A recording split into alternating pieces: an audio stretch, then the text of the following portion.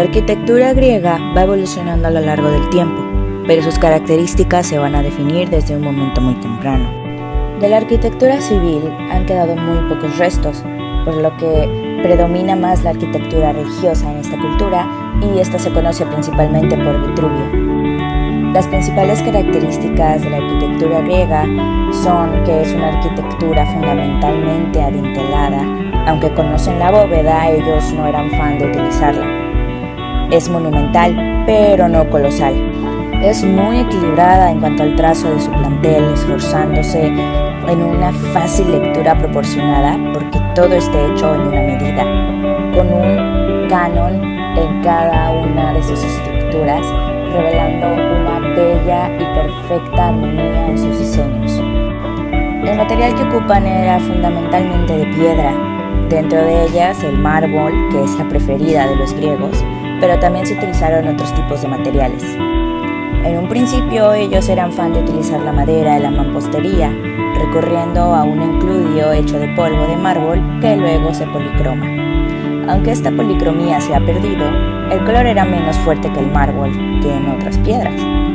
Algo también que caracteriza mucho las obras griegas es que siempre llevan elementos decorativos, son muy ornamentales, como las cenefas, rosetas, ovas, perlas, palmetas.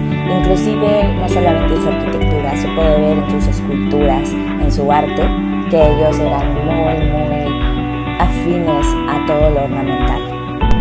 La cosa más representativa de la arquitectura griega son sus templos. Vamos, todos hablamos de la arquitectura griega y enseguida pensamos en el templo de Atenea. Se construye según sus principios y normas conocidos como orden o estilos, que están basados en la columna. Así es, esos pilares que vemos en cada una de sus construcciones son las columnas que marcan el estilo definido de esa construcción y de la época en la que fue construida. Estos órdenes arrancan desde las raíces del arte griego, la raíz doria y la raíz jonia, y a estas se les añade el orden corintio. El orden dórico es un orden más sobrio, que da una sensación de mayor pesadez. Se ha relacionado con el hombre, es el orden idílico. Esto lo podemos ver en esta imagen, es muy sencillo, es más simple, más recto. En cambio, el orden jónico es más fino y rico, se ha relacionado con lo femenino. Y el corintio, como pueden observar, es más ornamental, con más decoración y más elegancia. Estos grandes templos están situados en los grandes santuarios de Delfos, Eleusis, Atenas, Delos, Epidauro, Mileto, Éfeso y también en las polis, convirtiéndose en su centro, siendo los templos la parte más importante de una poli. Ahora bien, estos edificios están cerrados en sí mismos tipológicamente y también por lo que significan. Es la casa de la estatua del dios y por ello es diferente a los templos de otras culturas. En él no se hacen rezos ni celebraciones. Es afuera donde se realizan los sacrificios a la deidad. Ahora bien, las partes que conforman a estos templos son el naos o cela, que es la estancia que guarda la estatua, el pronaos, un pórtico que procede a la naos, opistódomos, que es un falso pórtico porque hay columnas pero no entrada. Ahora, también está el aditon, que es una instancia que puede haber tras la naos, y en caso de que haya opistódomos, estaría entre este y la naos. In atis, que es cuando tienes columnas entre las antae, lo más frecuente es que sean dos. Lo normal es que cuando se denomina de esta manera es porque no tienen columnas en la fachada. Períptero, cuando está rodeado de columnas exentas. Díptero, cuando las columnas exentas que lo rodean son dobles. Pseudoperíptero, que es si las columnas que lo rodean están adosadas. Áptero, que es si no tienen columnas alrededor. Monóptero, si es de planta circular. Dístilo, si tienen dos columnas en el frente o en la parte de atrás. tetrásilo si tienen 4, hexásilo si tienen 6, octásilo si tienen 8 y decásilo si tienen 10. La cubierta exterior es a 2 aguas. Está realizada a base de tejas planas con una pequeña teja curva que la... Ahora, los principales templos clásicos de los griegos vienen siendo las acrópolis. Conservan restos de templos jónicos y dóricos ya totalmente configurados. Su origen es en la época micénica, pero en el 480 a.C. fue destruida por los persas. Los propíleos fue realizado en torno al año 347 a.C. por Meniscles y también se le atribuyen otras construcciones. Tiene precedentes en los propíleos de la ciudad de Tirinto. Junto a ellos se proyectaron otros edificios, pero estos no llegaron a concretarse y apenas se mantiene en pie. El Partenón, que es el templo más importante de la Acrópolis, se realizó en el 447 a.C., en su momento de esplendor de Pericles. Fidias dirige la obra y los arquitectos son Ictino y Calícrates. Fue un trabajo en equipo. Ahora, otro templo clásico sería el templo de Atenea, también conocido como templo de Nike Áptera o el de la Victoria Áptera. También está el templo de El Erechtheion, que es uno de los templos más significativos. Fue levantado en el 421 a.C. y su autor probablemente fue Meniscles. Ahora también otros templos clásicos vienen siendo el Teseón, que es uno de los ejemplos mejor conservados. Ha tenido alguna reestructuración, pero muy pocas. El templo de Segesta, que se encuentra dentro de un santuario muy cerca de un teatro. El templo de Nereidas en Santos tiene un carácter funerario y se construyó a finales del siglo V. Es un tipo de enterramiento poco habitual de carácter monumental y estaba destinado a un príncipe de la región de Licia. El Artemisón de Éfeso era un edificio arcaico en el siglo IV que se cayó, pero se volvió a reconstruir siendo igual que el modelo anterior. Otras construcciones de la arquitectura griega clásica vienen siendo los Toloi, que aparecen especialmente en el siglo IV, y esta se realizó en el 334 a.C. El mausoleo de Halicarnaso es una construcción perdida de Asia Menor, de la que solo se conservan restos de su escultura. Su antecedente está en el templo de Nereidas y fue mandado a construir en el 352 a.C. por Mausolos. Se conservan referencias. Era un edificio períptero y estaba coronado por una gran pirámide culminada por un carro con 4 caballos dirigidos por Mausolos y probablemente también por su mujer. Ahora los teatros. Los teatros aparecen tal y como los conocemos en el siglo IV. Ya se construían antes, pero en el siglo VII o VI no estaban configurados todavía. Los del V probablemente ya mostraban las partes de los del siglo IV, pero se realizaban de madera y eran frecuentemente incinerados por accidente, por lo que no se ha conservado ninguno actualmente. Estaban apoyados en la falda de montañas o colinas, aprovechando el desnivel del terreno, pero también hay zonas realizadas de fábrica y tienen partes físicas.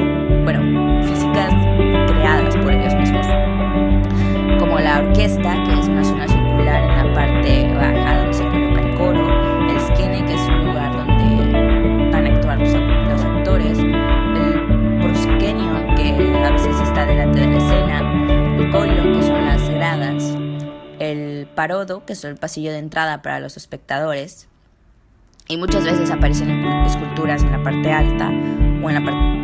Mitología griega. Caos fue el primer dios que apareció, siendo el vacío original que existía cuando no había nada. Caos era un dios sin forma, sin cuerpo, por lo que no podía ser representado. Al ser el primer dios, no tuvo ancestros, él fue el origen de sí mismo.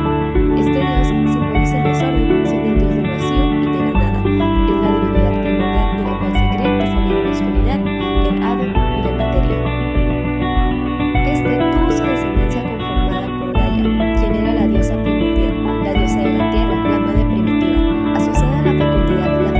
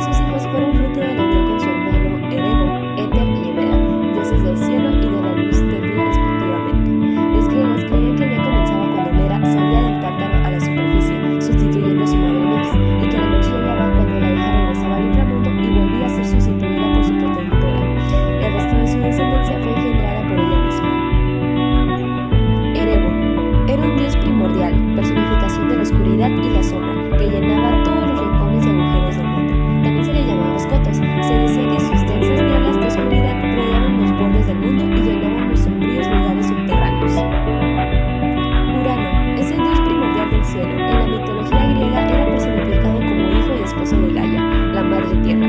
Según la teogonía de Hesíodo, fue concebido en solitario por Gaia, pero otras fuentes citan a Éter. Fueron los padres de la primera generación de titanes y ancestros de la mayoría de los dioses griegos, pero en ningún punto dirigido directamente a Urano.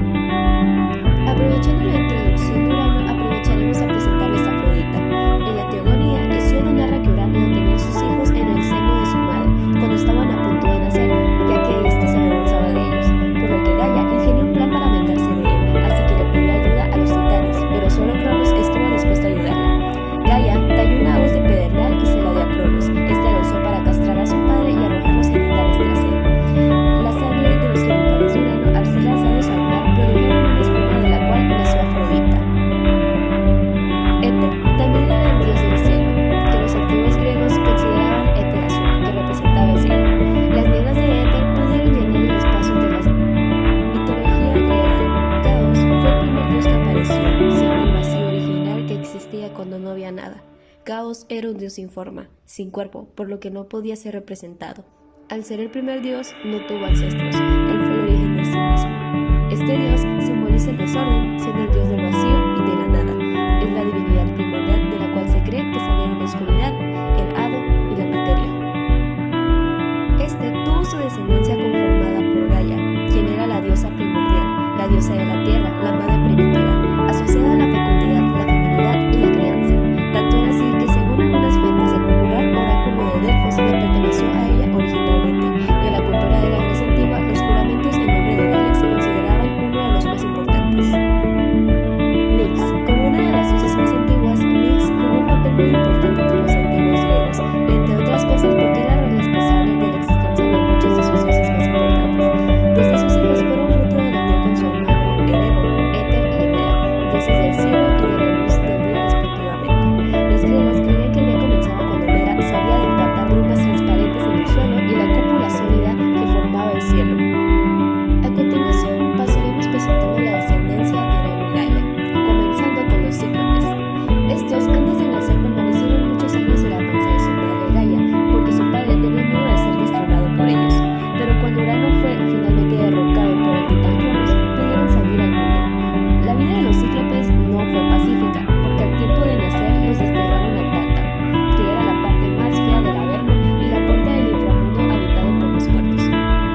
Cuando se produjo una guerra entre los dioses del Olimpo y los titanes, el propio Zeus liberó a los cíclopes para que lo ayudaran en batalla. Finalmente los dioses ganaron con la ayuda de los gigantes y estos, agradecidos por su libertad, crearon algunos regalos para sus benefactores. A Zeus le dieron su rayo invencible, a Poseidón, el rey de los mares, le regalaron un tridente superpoderoso, y a Hades le forjaron un casco que lo volvía invisible. Otras de sus obras famosas desde la antigüedad fueron la armadura de Eneas, héroe de Troya e hijo de la diosa Afrodita, el arco y las flechas de la diosa Artemisa, además de los poderosos muros de las ciudades de Micenas y Corinto. Seguimos con los hecantóquiros. En la mitología griega, los hecantóquiros o hecantóqueros, conocidos también como centímanos, eran gigantes con 100 brazos y 50 cabezas, hijos de Gaia y Urano. Su padre los arrojó al Tártaro, pero fueron rescatados por Cronos, al que ayudaron a castrar y derrocar a Urano. Después, Cronos los encerró de nuevo en el Tártaro, donde permanecieron guardados por Campe, hasta que Zeus los rescató. Durante la guerra de los titanes, arrojaban rocas de 100 en 100 a los titanes.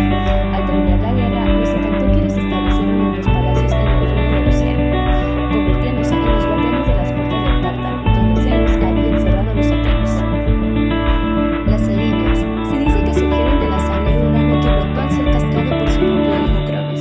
En cierto sentido, esta es la primera gran injusticia cometida desde la creación. La sangre de Urano fue a pagar a Gaia, la tierra madre, y ahí terminaron las Selenias por su aspecto terrorífico por sus rostros maliciosos y las serpientes sobre sus cabezas. En sus manos sostenían callados ardiendo y látigos. No quedan claro cuántos eran al principio, pero la tradición más conocida señala que había 3 Erinias o Furias. Alecto, la implacable, que castigaba los delitos morales. Megera, la celosa, que castigaba los delitos de infidelidad. Y Tisífone, la vengadora del asesinato, que castiga los delitos de sangre. Proseguimos con los gigantes. Estos surgieron de la sangre que Urano derramó sobre la tierra, siendo pues Gaia su madre.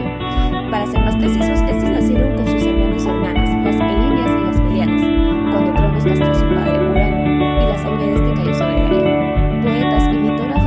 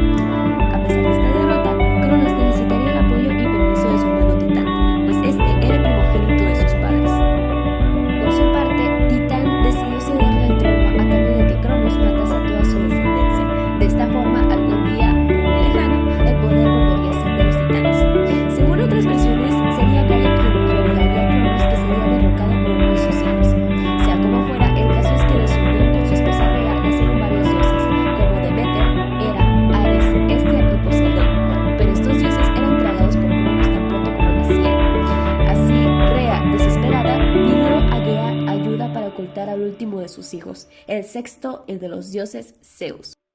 Ambas urdieron un plan escondiendo a Rea en Creta y haciendo que diera a luz ella sola. Cuando Cronos se enteró, Rea le otorgó una piedra envuelta en pañales, conocida como ónfalos. Cronos se la tragó sin mirar si se trataba de un niño, convencido de que su amante no podría engañarlo. Así fue como Zeus quedó oculto en la cueva del monte de Ida en Creta. Cuando creció, el dios usó el veneno que heredaría su abuela Gaia para obligar a Cronos a regurgitar el contenido de su saciado estómago en orden inverso. Cuando liberó a todos sus hermanos, liberó también a los hecatóquiros y los cíclopes, a los que Cronos había vuelto a encerrar en el Tártaro tras acabar con Urano.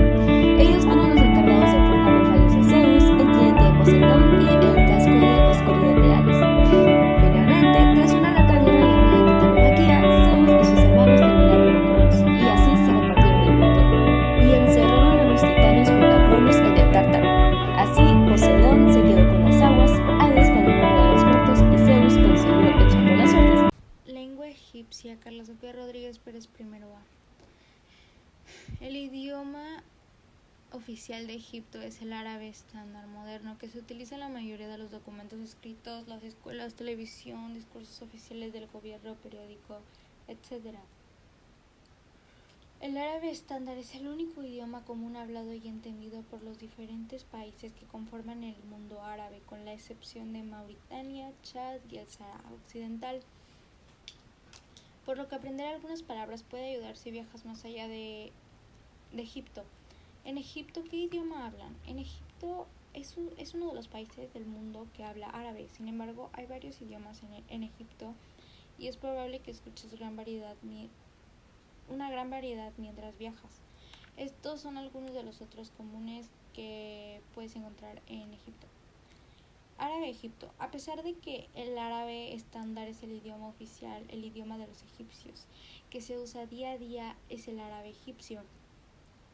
Un dialecto local, cada país árabe tiene su propio dialecto, pero el árabe egipcio es la variante más común hablada como la segunda lengua en muchas partes del norte de África, probablemente debido a la influencia del cine egipcio. ¿Cómo llegó el árabe a Egipto? Antes de la llegada de los árabes se habla del idioma demótico y el copto, pero el idioma oficial era el lirio. Después llegó el árabe a Egipto, con la entrada de los musulmanes árabes a Egipto en el siglo VII después de Cristo.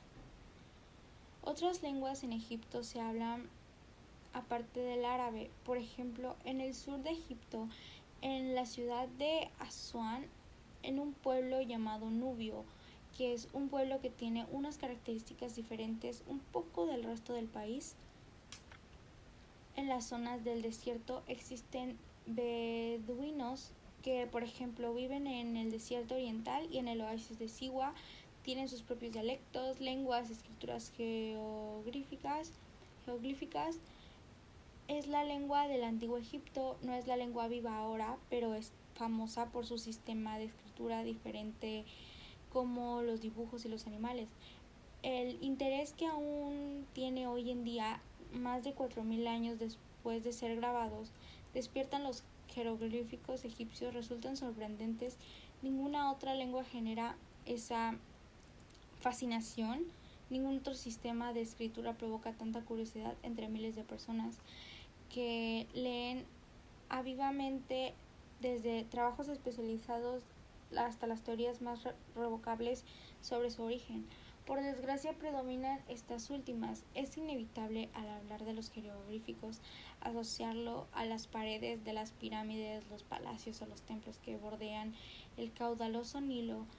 La idea de la civilización egipcia, al menos tal como lo concebimos hoy en día, se construye en un entorno al poder absoluto que poseía el faraón, al enigma que rodeaba la edificación de increíbles monumentos arquitectónicos y un lenguaje que aparecía indescifrablemente a pesar de que los avances realizados en las últimas décadas han sido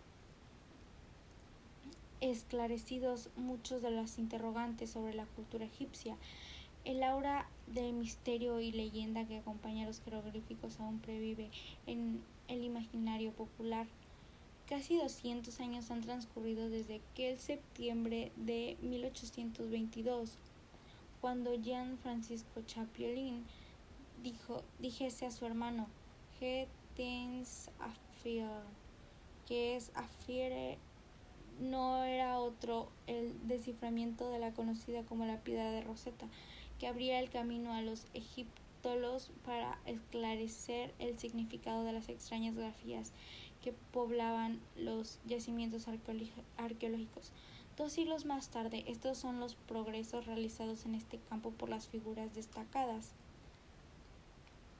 como Thomas Young, Carl Richard, Auguste Marinet, Gaston Maspero, Heinrich Burgers, Adolf Ernan, Ludwig Stern, Alan H. Galien, Hans Jacob Polsky o Dimitri Mex han sido extraordinarios.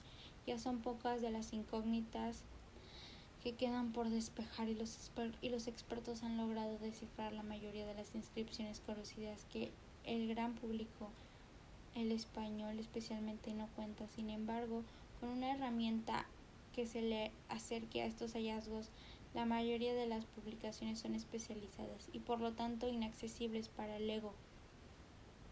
Hay interés por conocer, pero faltaban las herramientas por satisfacer esa curiosidad. Jeroglíficos egipcios. Como el nombre propio señala la introducción de la obra, ese libro está dirigido a 3 tipos de lectores: el público cultivado en general, los estudiantes universitarios que busquen introducción a la filosofía egipcia y los especialistas en otras ramas de humanidades que sientan curiosidad por la disciplina. Piedra Rosetta. Primeros testimonios escritos de los tenemos la constancia remota al año 320 a.C. y el profesor Cervelo distingue que la evolución de la lengua en 2 etapas, ambas cuentan con una subdivisión interna. La primera modalidad de escritura adscrita al tronco lingüístico afrosiático abarca de sus orígenes hasta la del siglo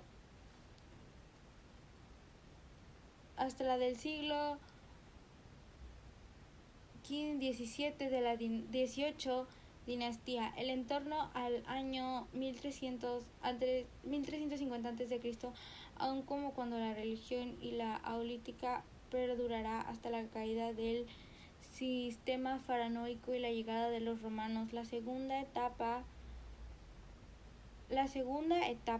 se prolonga desde el 1350 a.C. hasta la extinción del copto en el siglo XVII después de Cristo. Si bien como la lengua litúrgica todavía resulta empleado en la actualidad, la principal diferencia entre ambos periodos es el orden temporal, reflejado por la evolución desde la lengua sintética hasta convertirse en una lengua analítica.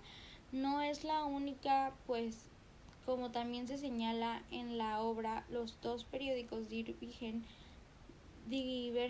por ejemplo, en la estructura de la oración, del predicado verbal o el tipo de nociones temporales expresadas por las formas verbales.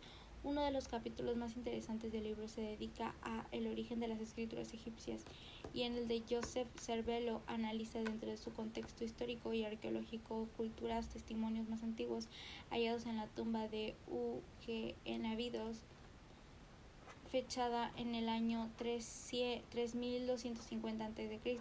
Trata de desentrañar las causas que motivaron su aparición y resolver, entre otras ocasiones, si las encuentra la escritura egipcia surgió de forma espontánea o más bien influenciada por su estímulo exterior, así como averiguar el universo figurativo del que emerge.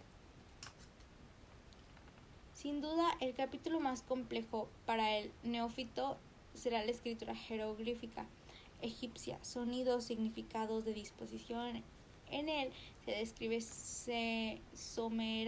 someramente el significado fonológico del egipcio clásico. Se presenta el código de transliteración de los textos egipcios al alfabeto latino y se examinan todos los tipos de signos de la escritura jeroglífica y sus usos, disposiciones en las secuencias gráficas. Términos como mono, bi y tri, consonánticos completamente fonéticos, semagras, logogramas determinados o signos raíz pueden asustar a un poco a quien no se haya acostumbrado al uso de este vocabulario. A pesar de su evidente dificultad, Josep Cervello expone con claridad los rasgos más destacados de las escrituras egipcias y hace asequible su comprensión.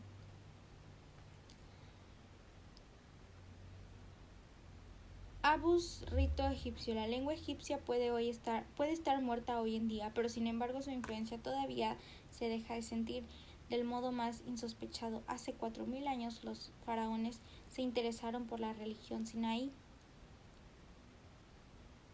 y empezaron a entrar en contacto con las culturas siméticas de aquel territorio.